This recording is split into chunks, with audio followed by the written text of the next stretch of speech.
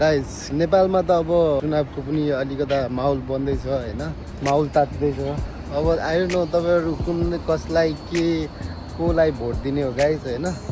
तर एउटा कुरा जो जसलाई दिए पनि यति चाहिँ विचार पुर्याउनु कि गाइस हैन, हामी यहाँ हुनुको कारण नै अरु केही नभए पनि मान्छेहरु शिक्षित हुनु नै ठुलो कुरा हो।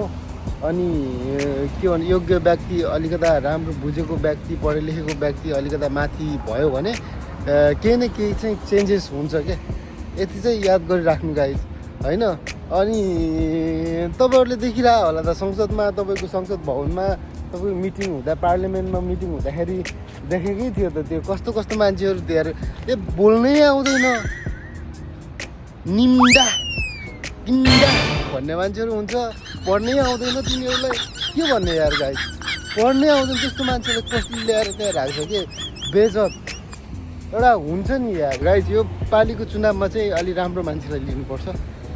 आजको मौसम चाहिँ बब्बाल छ, आजको मौसमको चाहिँ कुरै नगरौँ, यति राम्रो छ कि आजको मौसम कसम मैले एभर कहिले फिल गरेको थिइनँ हैन, कहिले पनि फिल गरेको थिइनँ यस्तो मौसम। आज चाहिँ बब्बाल छ। सो त्यति भन्दै मैले आज दुई कुराहरू राखेँ। राम्रो मान्छेलाई चाहिँ जिताउनु पर्छ योचोटिको के अरे चुनावमा। अनि किनभने सधैँ पुरानो मान्छेहरूले गर्दा नै त्यही गरेको हो। आखिर जे जति भए पनि पढे लेखेको भनेको पढे लेखेको हुन्छ, जान्ने सुन्ने भने जान्ने सुन्ने हुन्छ हैन। त्यो होइन कि पुरानै पाराले हैन म त मेरै पार्टी ठिक छ भन्ने काम चाहिँ गर्नु भएन, किनभने त्यसले गर्दा नै आज हामी यस्तो भएको हो। सो त्यही भएर चेन्ज गर्ने भनेको तपाईँ हामीले नै हो, चेन्ज हुनुपर्छ। यतिखेरको मौका भनेको तपाईँको हामीले राम्रो मान्छेलाई होइन माथि पठाउने हो क्या, बुझ्नुभयो कि नै। पुराना व्यक्तिहरू जस्तै कि जो व्यक्ति तपाईँको ठाउँ पहुँचमा पुगेर तपाईँको हामीहरूलाई बाहिर जाने बाध्य बनायो होइन।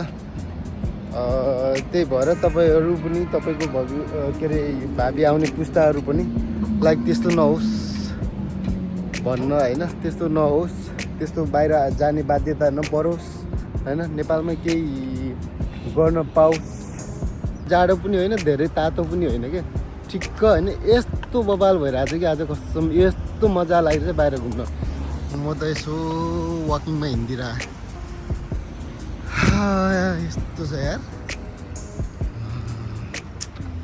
मलाई त बेस्ट मन पऱ्यो आज, के हो यस्तो मजा लागिरहेछ, घुमौँ भइरहेछ। 2 घन्टा भइसक्यो बाहिर बसे यार, यस्तो छ।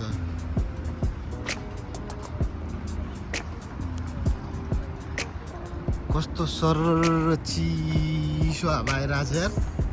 अनि त्यो लेकतिर हुन्छ नि, लेकतिर त्यो गएपछि अलिकता चिसो हावा सरर आउँछ, त्यस्तो हुसु लागेको हुन्छ नि, त्यस्तै टाइपको फिल भइरहेछ।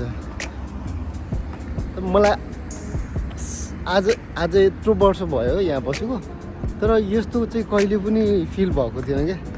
कस्तो बब्बाल फिल भइरहेछ, त्यो हुन्छ नि त्यो अर्कै टाइपको के, त्यस्तो भएर यस्तो पनि हुन्छ र यार दुबई भन्ने टाइपको भइरहेछ भने साँच्ची, यस्तो पनि हुन्छ र दुबई भन्ने टाइपको भइरहेछ मलाई साँच्चीकै यार।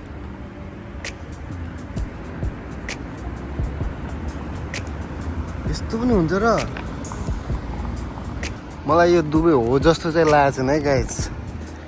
म आफै कन्फ्युज भइदिरहेँ यार। यस्तो पहिलोचोटि देखिरहेको छु कि यो टक्क दामी क्या, त्यो हुन्छ नि त्यो अर्कै टाइपको फिल क्या।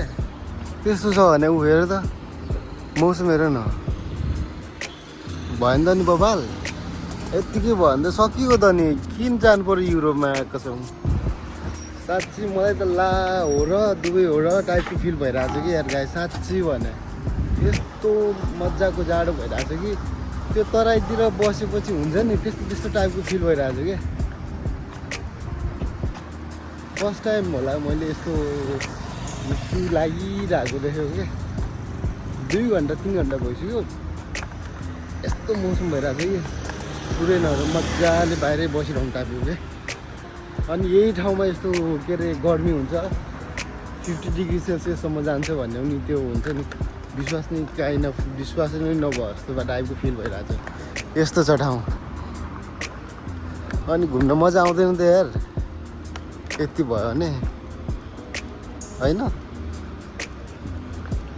हुस्सु लागेर हेरौँ हुस्सु लागेर केही छैन केही देख्दैन उता धेरै टाढा 1 किलोमिटर उता त देख्नु पनि देख्दैन होला यस्तो छ यार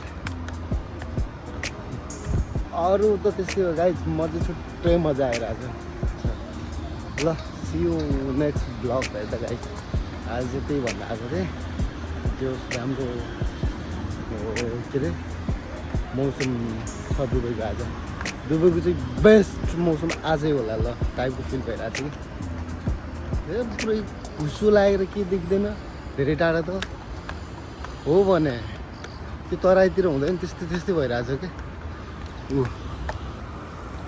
यस्तो है त सबैजना राम्रोसँग बस्नु होला त्यति भन्दै भिडियोलाई अन्त्य गर्न चाहेँ see you again guys and keep supporting है त